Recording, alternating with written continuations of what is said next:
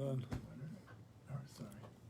So we're learning the laws of Shabbos, section 306.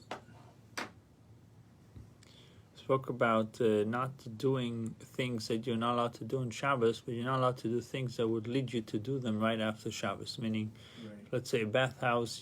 Back in the days, the bathhouse were outside of the town.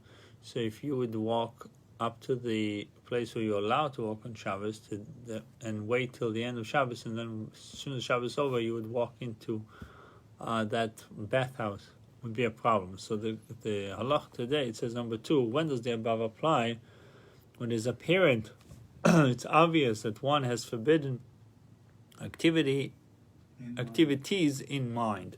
As for example, a person who walks in his field, what he is looking for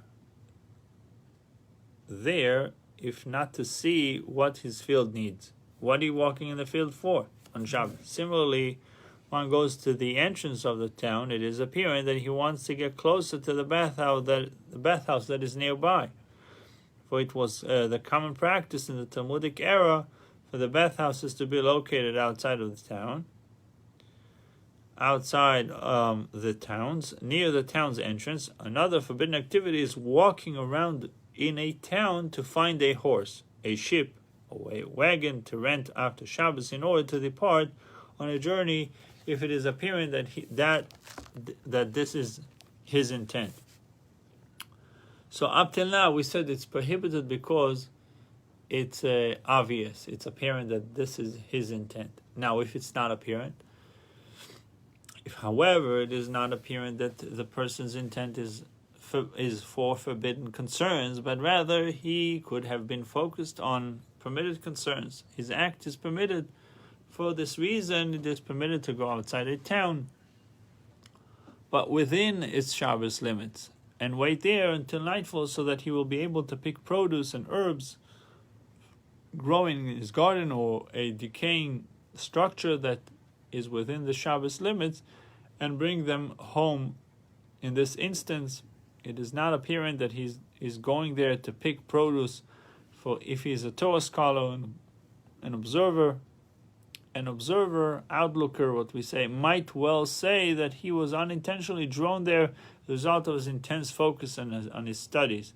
And if he's a common person, it could be said that perhaps he lost his donkey, and he went to search for it, and he continued his search until he reached the place where his produce was growing. At that time, he changed his mind and decided to stay there until nightfall to pick his produce and bring it home at night. Nevertheless, it is permitted for him to go, because it could appear that he was not going for the sake of picking the produce, which is forbidden on Shabbos, but in order to bring back his donkey, which is permitted on Shabbos. Similar principles apply in all analogous situations. So the summary of this halacha is that if it's really obvious that you're going for something that is forbidden on Shabbos, although you're not going to do it on Shabbos, but you're going, and it's obvious that that's the only reason why we would go, then it's forbidden. But if it's not apparent that you're going for to ultimately do something that is a Shabbos violation, like taking a bath, that would be okay. Like he gave an example of a Talmid Chacham, of someone that would be engrossed in his studies, and he just walks around. He finds himself at the entrance of the city, and then he would. He said, "I'm already here. I'll wait here until the end of Shabbos and I'll go." But I think you have to know what's